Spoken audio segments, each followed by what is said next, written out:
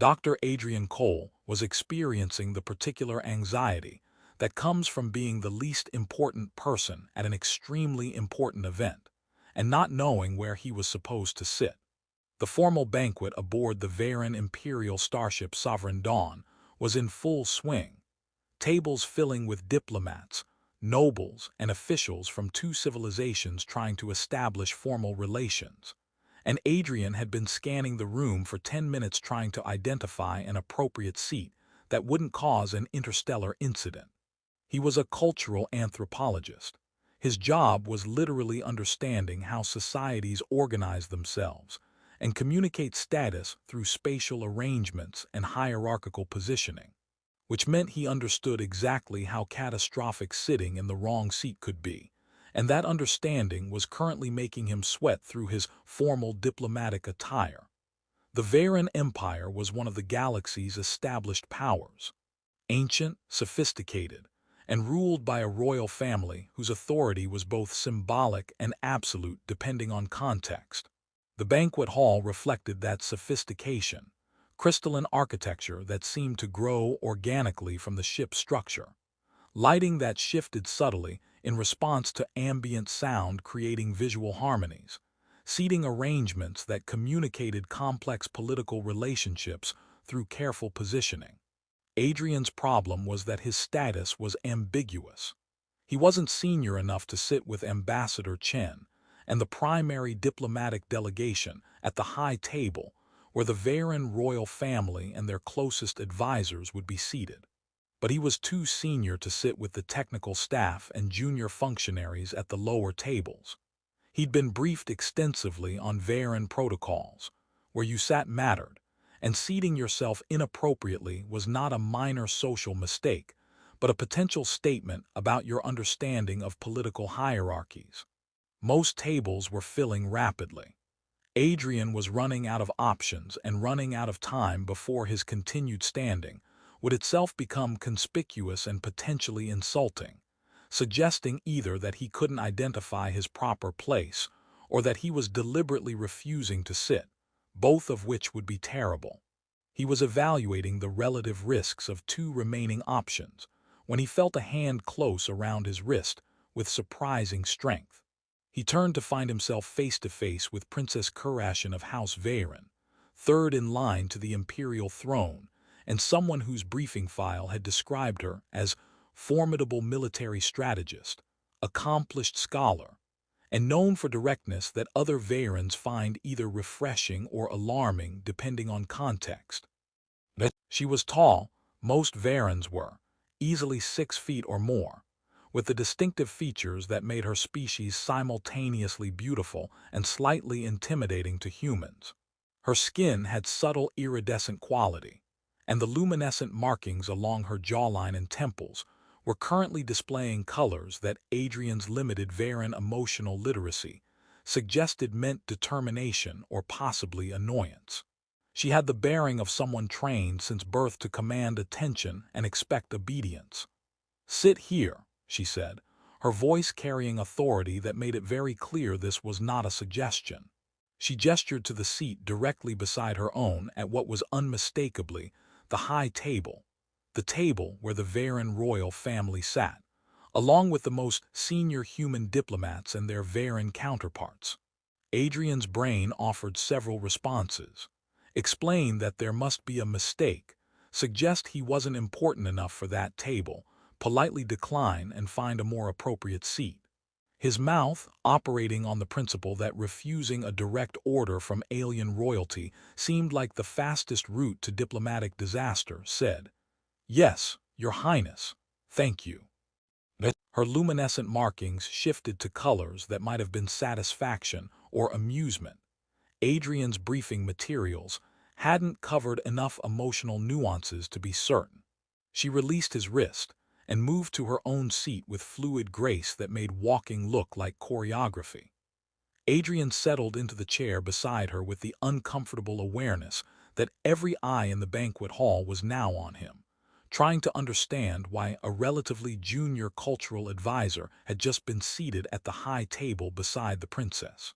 The other humans at the high table, Ambassador Chen and her two senior attachés were showing expressions ranging from surprise to concern. The Veyran nobles seated nearby displayed their own versions of confusion through shifting luminescent patterns. Princess Kurashin seemed completely unaffected by the attention she'd created. She arranged herself in her seat with precise movements, adjusted her formal robes, which were simultaneously modest and striking in ways that suggested centuries of royal fashion refinement, and turned her attention to the ceremonial speeches that were opening the banquet. Adrian tried to project confidence he absolutely didn't feel. He'd just been placed in one of the most politically significant seats in the room by direct order of a princess, whose motives he couldn't begin to guess. He was either about to become a minor footnote in successful human-Veyran diplomatic relations, or the center of a protocol incident that would be studied in diplomatic academies for decades. The formal speeches proceeded, welcomes in both human standard and Veyran, acknowledgments of the historic nature of formal relations, carefully worded expressions of mutual respect and interest in cooperation.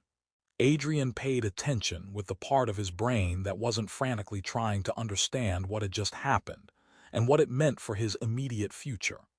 When the speeches concluded and the meal began, Princess Kurashin turned to him with direct attention that made Adrian feel like he was being assessed for purposes he couldn't identify. "Dr. Adrian Cole," she said, clearly having done her research. "Human cultural anthropologist assigned to the diplomatic mission. You specialize in xenosocial structures and cross-species communication protocols. Your academic work on Veyran hierarchical organization was included in our cultural briefing materials. It was one of the few human analyses that demonstrated actual understanding rather than mere surface-level observation." "Thank you, Your Highness," Adrian managed, trying to sound professionally composed rather than deeply confused. "I'm honored that my work was useful." "You were uncertain where to sit," she continued, "and it wasn't a question. You evaluated multiple options, considered the political implications of each seating choice, and still had not decided when I intervened. Why the hesitation? Your analysis of Veyran social structures should have given you clear understanding of appropriate positioning." Adrian decided that Princess Kurashin's directness probably warranted honest responses. Understanding social structures theoretically is different from successfully navigating them in practice, Your Highness. I was trying not to cause a diplomatic incident through inappropriate seating choices. My official status is ambiguous enough that most available options could be misinterpreted. Sitting too high would suggest presumption. Sitting too low might indicate I didn't value the proceedings appropriately. And yet you accepted my directive to sit here, at the high table beside me, without argument or hesitation," she observed, her luminescent markings shifting to colors that Adrian thought might indicate curiosity or challenge. "That decision also carries risk of misinterpretation. Why did you comply immediately?" "Because refusing a direct order from Veyran royalty seemed like a faster route to diplomatic incident than accepting it, Your Highness," Adrian replied honestly. "And because I assumed you had reasons for the seating arrangement that superseded my concerns about status appropriateness. An accurate assessment." She paused while servers delivered the first course, something that looked beautiful and probably required eating techniques Adrian would need to figure out quickly. "I ordered you to sit here for several reasons, Dr. Cole.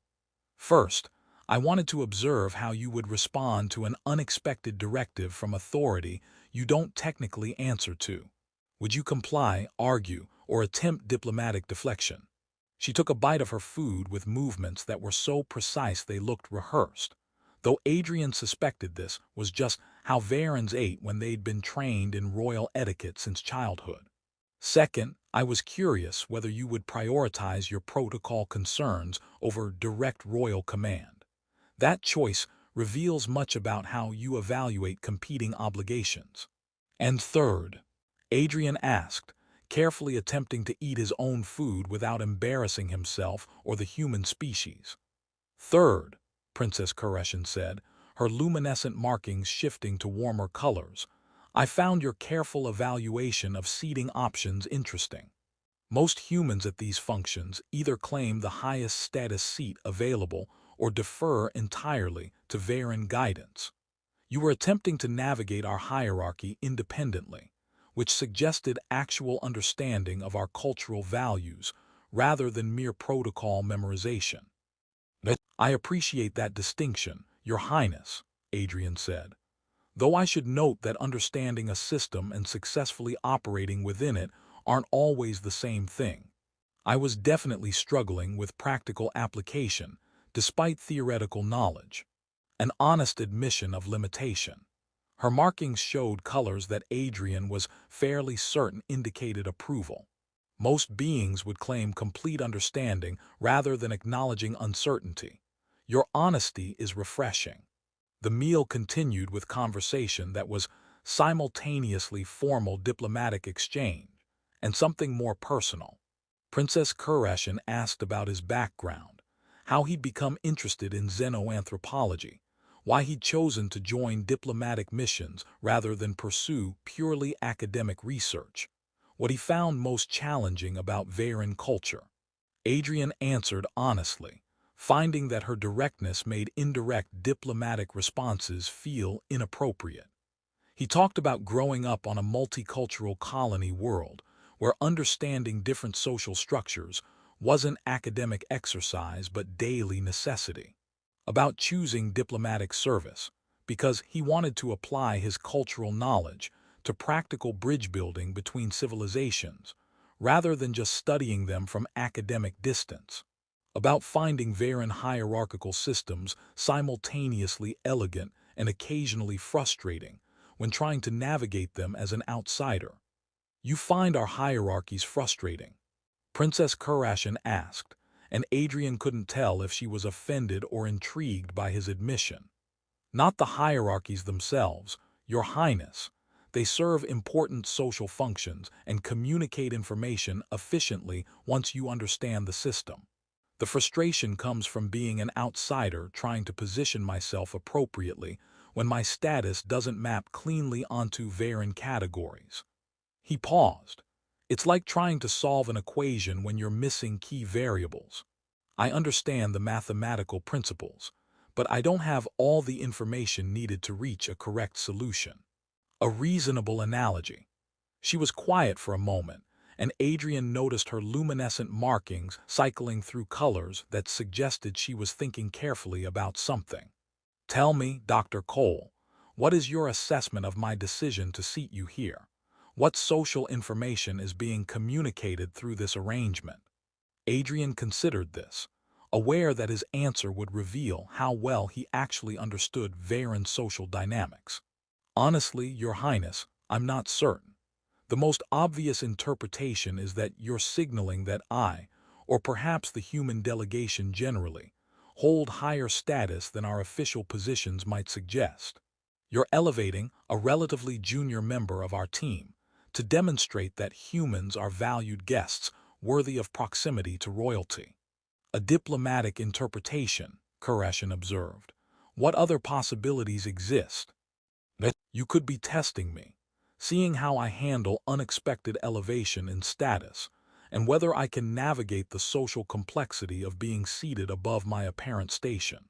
Or you could be making a personal statement rather than a political one, choosing seating based on individual interest rather than purely hierarchical considerations.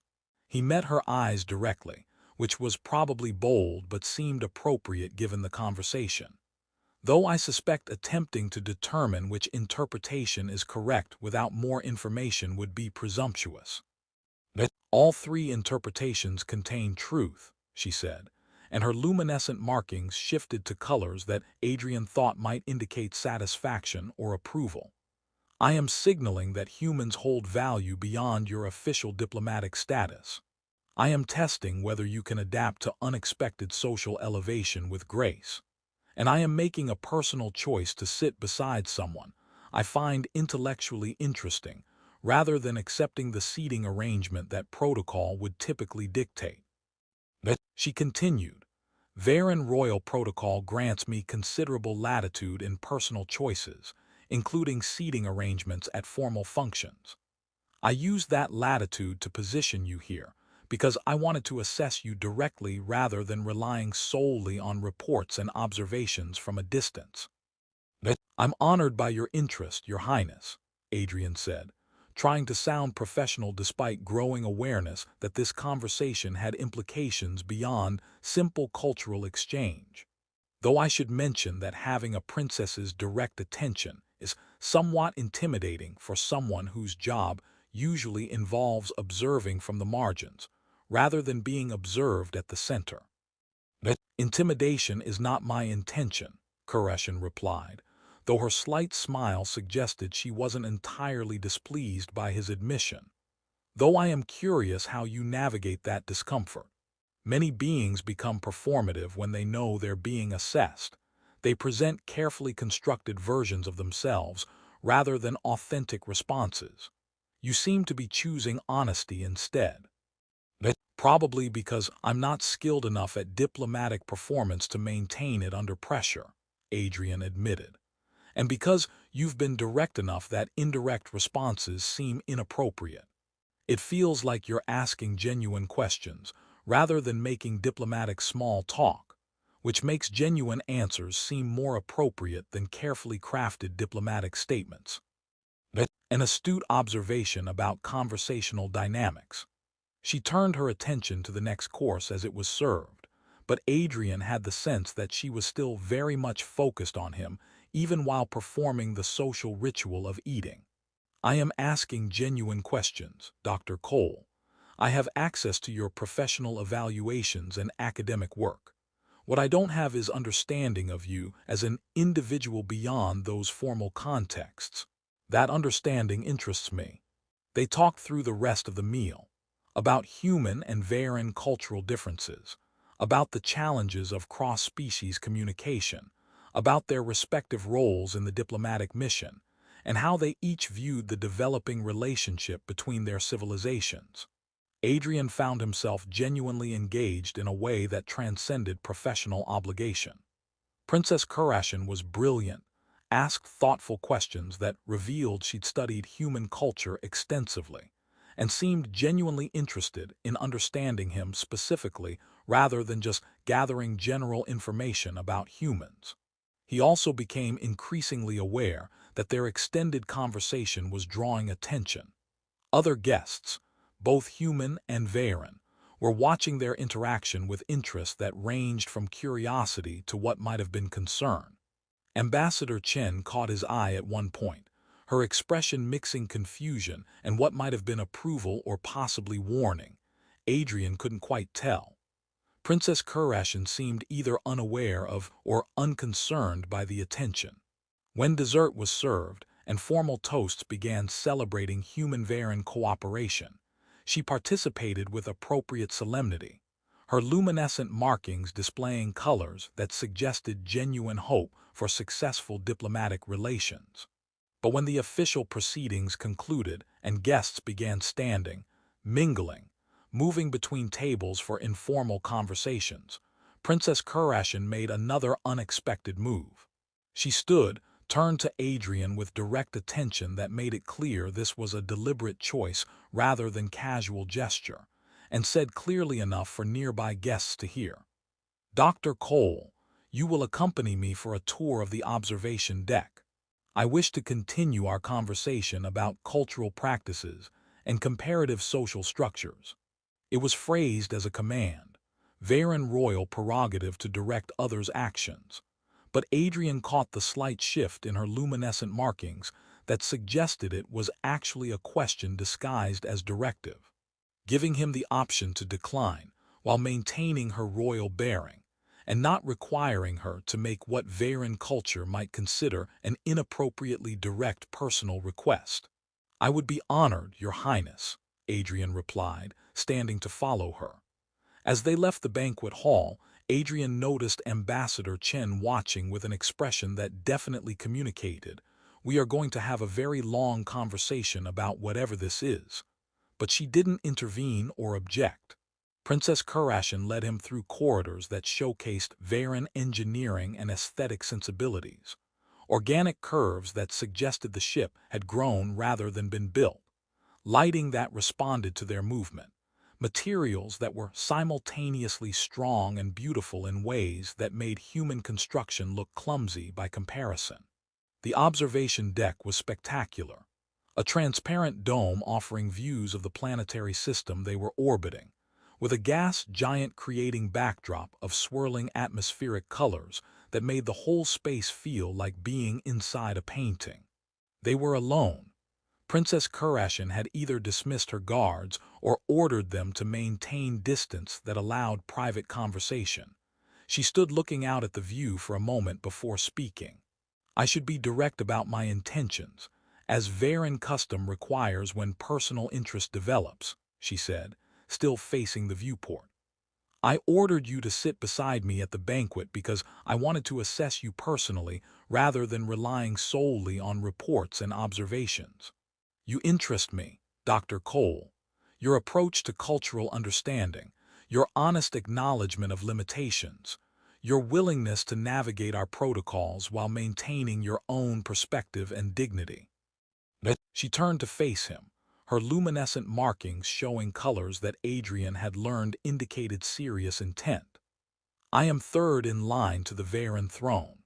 My choices regarding personal relationships carry political weight and are subject to intense scrutiny by both my family and the broader." Adrian's brain caught up with the implications of what Princess Kurashin was saying, while simultaneously trying to process the surreal reality of standing on an alien starship's observation deck, being informed that alien royalty found him interesting. "Your Highness, I need to make sure I'm understanding correctly. Are you saying that you're interested in me personally, in potentially romantic context?" "I am saying that I wish to determine whether such interest is warranted through further interaction," Kurashin corrected with characteristic Veyran precision. Veyran courtship protocols require explicit acknowledgement of potential interest, followed by formal evaluation period, where both parties assess compatibility through structured interactions. "I am formally acknowledging that I find you interesting enough to pursue evaluation of compatibility, and I am asking whether you would be willing to engage in that process," she continued. "This is highly irregular. Pursuing potential courtship with a human is unprecedented for Veyran royalty, and doing so during active diplomatic negotiations carries obvious risks of complicating political relationships between our civilizations. However, I am not one to allow political convenience to entirely dictate personal choices. I am informing you of my interest and asking whether you would be willing to participate in compatibility evaluation, despite the complexities involved." Adrian took a moment to organize his thoughts, very aware that his response would have implications beyond just this conversation. "Your Highness, I need to be honest about several things. First, I'm honored by your interest, and I'm definitely attracted to you both intellectually and physically. This conversation has been one of the most engaging I've had in years, and you're objectively striking by any measure." "Your attraction is noted and encouraging," Kurashin said with what might have been slight amusement in her luminescent patterns. "Continue." "Second, I'm concerned about the political implications. I'm a relatively junior member of the diplomatic mission. Any personal relationship with you could be perceived as creating conflicts of interest, or as being inappropriate given status differences, or as potentially compromising the diplomatic mission's objectives." "Valid concerns," she acknowledged, "though I should clarify that I am not proposing formal partnership at this stage, merely structured interaction to determine if such partnership would be appropriate and mutually desired. As for status differences, Veyran culture permits royalty considerable freedom in personal choices, provided those choices don't compromise our political obligations. And regarding diplomatic implications, Careful management can minimize complications. Adrian nodded. Third, and probably most fundamentally, I have no idea how human-Veyran romantic relationships would even work given our physiological and cultural differences. I understand the theory of cross-species compatibility, but practical application seems like it would involve significant challenges that I'm not sure either of us is prepared to navigate. Princess Kurashin's luminescent markings shifted to colors that suggested both confidence and underlying nervousness. Apparently, even alien princesses got anxious about romantic propositions. She moved closer to where Adrian stood, close enough that he could see the intricate patterns of her markings and appreciate just how tall she was compared to human proportions. Regarding physiological compatibility, she said with the directness that seemed to characterize all her communications, Veyran and human biology is similar enough that physical intimacy is possible, though it requires communication, adaptation, and willingness to learn each other's responses. I have researched this question extensively. You researched whether human-Veyran physical intimacy was possible? Adrian asked, slightly amused despite the seriousness of the conversation. I am thorough in my planning, Kurashin replied without apparent embarrassment. When I began to find you interesting during preliminary research on the human diplomatic team, I investigated whether pursuing that interest was theoretically feasible. It is. The question is whether you're willing to engage in compatibility evaluation, despite the complications involved. She continued, as for cultural differences, your profession literally involves navigating cultural gaps and building understanding across species barriers. And I have spent significant time studying human customs, particularly regarding interpersonal relationships and romantic partnership formation. We would not be attempting this without relevant expertise and preparation. Adrian looked out at the gas giant's swirling atmosphere while he considered his response. This was probably a terrible idea. Getting romantically involved with alien royalty during diplomatic negotiations seemed like a fast track to career complications and potential diplomatic incidents. It was also incredibly tempting, because Princess Kurashin was brilliant, fascinating, direct in ways he found refreshing, and apparently interested in him for reasons that transcended political calculation or exotic curiosity. I'm willing to engage in compatibility evaluation, he said finally. Though I should warn you that I have absolutely no experience with Veyran courtship protocols and will probably violate numerous customs through sheer ignorance of proper procedures. That is acceptable.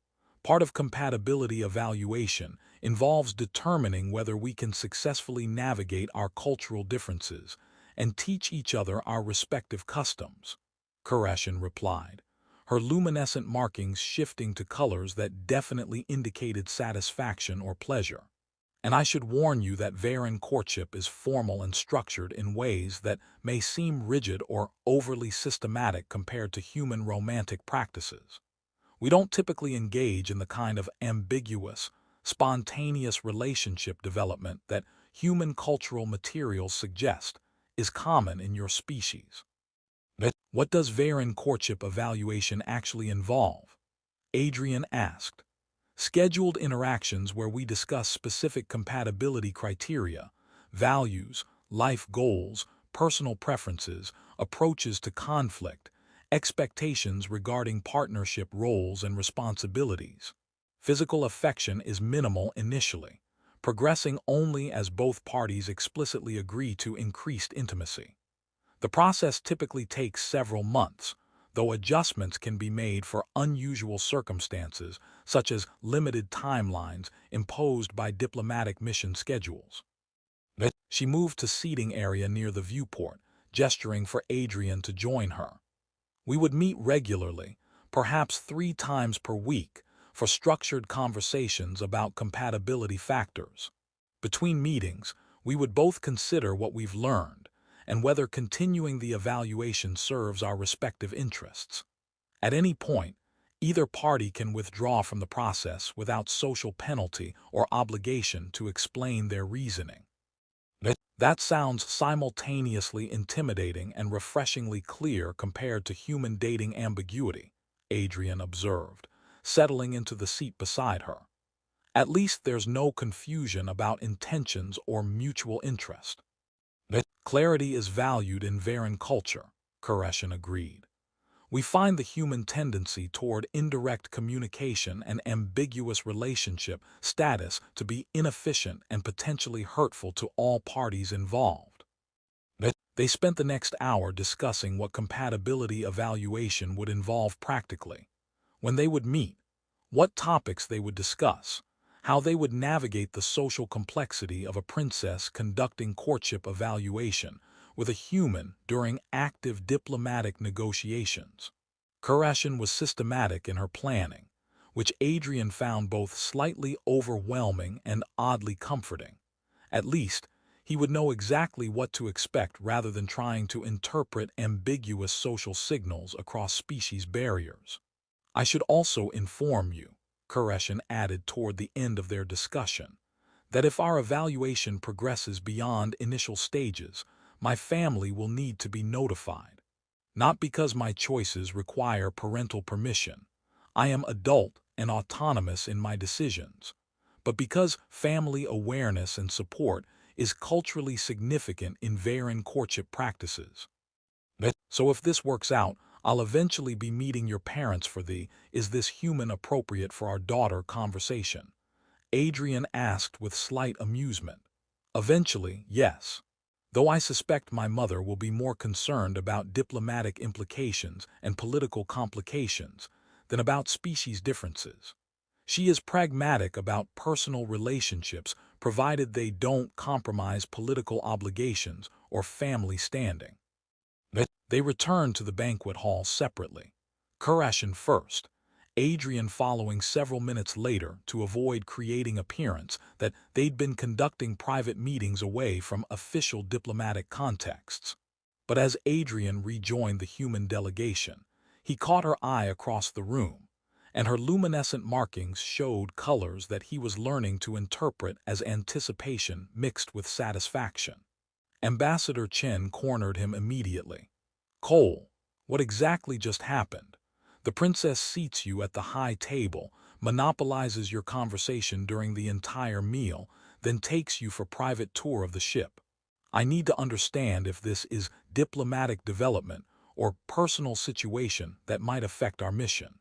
"Both, honestly," Adrian admitted. "The princess has expressed personal interest in me and has invited me to participate in formal Veyran compatibility evaluation, essentially their version of courtship. I've agreed. I'm reporting this to you because it could have diplomatic implications, but I should clarify that this is primarily personal rather than political." Ambassador Chen processed this with the expression of someone whose diplomatic mission just became significantly more complicated. "All right, this is unprecedented, but potentially useful if managed carefully. Keep me informed of developments, maintain appropriate professional boundaries in official contexts, and for the love of everything, don't cause an interstellar incident through romantic complications." "I'll do my best," Adrian replied. "Though I should note that Veyran courtship is apparently very formal and structured, so hopefully the protocols will actually minimize rather than maximize potential for incidents." "Let's hope so," Chen said. "Because explaining to Earth's diplomatic corps that our cultural anthropologist is dating alien royalty is going to be interesting enough without adding, and it caused a diplomatic crisis," to the report. The next 3 weeks involved a strange hybrid of continuing diplomatic mission work and formal Veyran courtship evaluation. Adrian attended negotiation sessions, provided cultural analysis, helped draft language for proposed cooperation agreements, all while also having scheduled 3 times weekly meetings with Princess Koreshan, where they systematically discussed compatibility criteria with thoroughness that would make academic peer review look casual. They talked about values, what they considered most important in life, how they approached ethical dilemmas, what kind of legacy they wanted to leave. Adrian learned that Kurashin was deeply committed to using her royal position to advance Veyran society through strategic reform rather than maintaining tradition for its own sake. She learned that Adrian believed cultural understanding was fundamental to building peaceful interspecies relations, and that he'd chosen diplomatic service specifically to apply that belief practically. They discussed life goals and expectations. Kurashin was candid about her royal obligations. She would eventually need to assume significant political responsibilities, would be expected to marry in ways that strengthened political alliances, and would have limited freedom in some aspects of her life, regardless of personal preferences. Adrian was honest about his career ambitions. He wanted to continue doing cultural research and diplomatic work, wasn't particularly interested in accumulating power or status, and valued intellectual stimulation and genuine connections over material success. Your goals and my obligations are not necessarily incompatible, Kurashin observed during one of their evaluation sessions. Royal partnership does not require abandoning personal interests. It requires balancing them with political responsibilities. Your work as cultural anthropologist could actually complement my political role by providing insights that pure political analysis would miss. Assuming we get that far, Adrian noted, we're still in evaluation stage. Either of us could decide this isn't working and withdraw from the process. True, though current indicators suggest we are compatible in significant ways. Her luminescent markings showed colors that Adrian had learned meant contentment or satisfaction. Our values align well.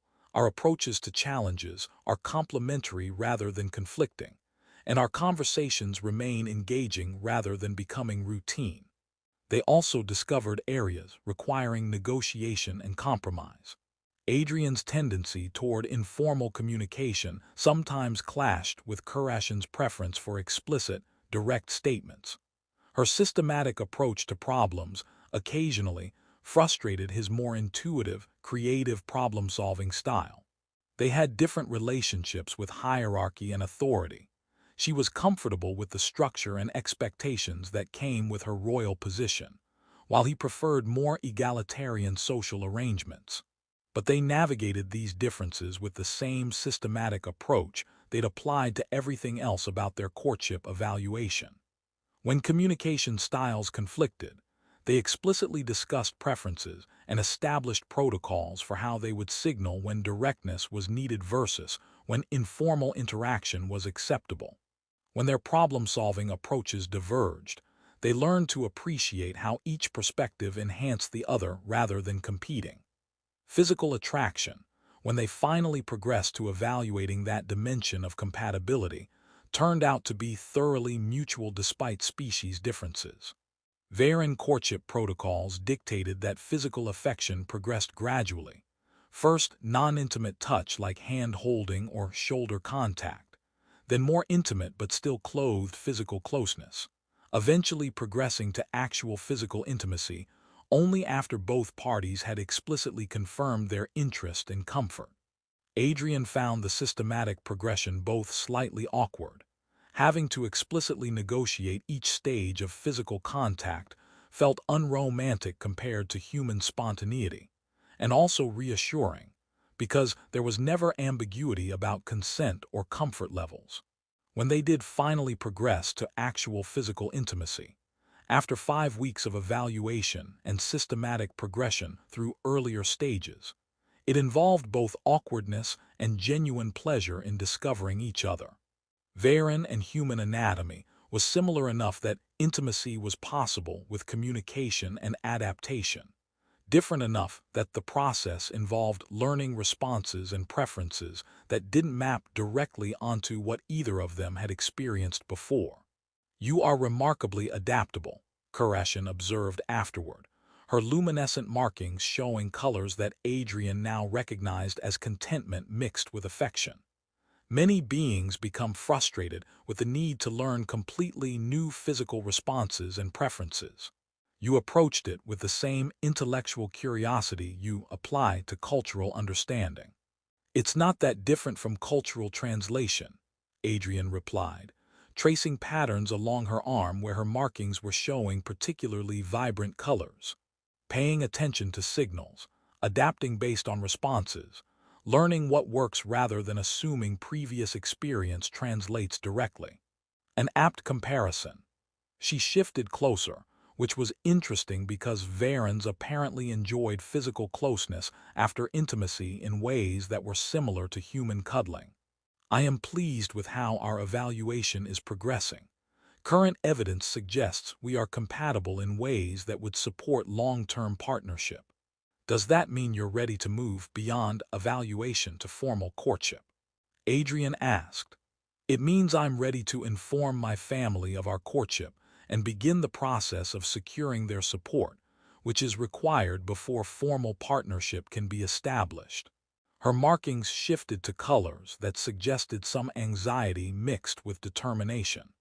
That conversation will likely be complicated given the unprecedented nature of human Veyran royal courtship. The conversation with her family, conducted via secure transmission since they were still aboard the diplomatic ship rather than on the Veyran homeworld, was indeed complicated. Her mother, Empress Shuravel, was surprisingly pragmatic about the species difference, but deeply concerned about diplomatic implications.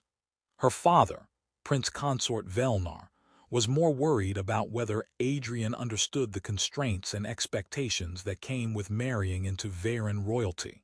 Her older siblings were mixed in their responses, some supportive, some skeptical about whether cross-species partnership could work given cultural differences, all concerned about political ramifications and conservative faction responses. But Kurashin navigated the family discussion with the same systematic approach she'd applied to their courtship evaluation, presenting evidence of their compatibility, addressing concerns directly, and making clear that while she valued family support, she was ultimately making her own choice about her personal relationships. The formal announcement of their courtship, required by Veyran protocol once family had been informed, created predictable controversy. Conservative Veyran factions questioned whether royal partnership with a human was appropriate or would compromise Veyran political interests. Some human diplomatic observers worried about whether Adrian's relationship with Princess Kurashin would affect his objectivity in cultural analysis or create conflicts of interest in diplomatic negotiations. But they faced the complications together, having built foundation of genuine compatibility through systematic evaluation that proved their differences were navigable and their connection worth the effort required to maintain it across species barriers. The story concludes months later, with Adrian and Kurashin's courtship having progressed to formal partnership acknowledged by both Veyran royal family and human diplomatic leadership. They're navigating the complex intersection of his work as cultural anthropologist and her role as Veyran royal, finding that their relationship actually enhances rather than compromises their respective professional contributions. Why did you really grab my wrist that day at the banquet? Adrian asks during a quiet moment in their shared quarters aboard the Sovereign Dawn. What made you choose me specifically? Because you were carefully evaluating where you belonged rather than presuming status or deferring entirely to others' judgment, Kurashin replies, her luminescent markings showing colors he now easily reads as fondness and contentment. That balance of confidence and humility suggested both intelligence and appropriate self-awareness, qualities I value highly. She continues, and because I wanted to see how you would respond to unexpected direction from authority you didn't technically answer to.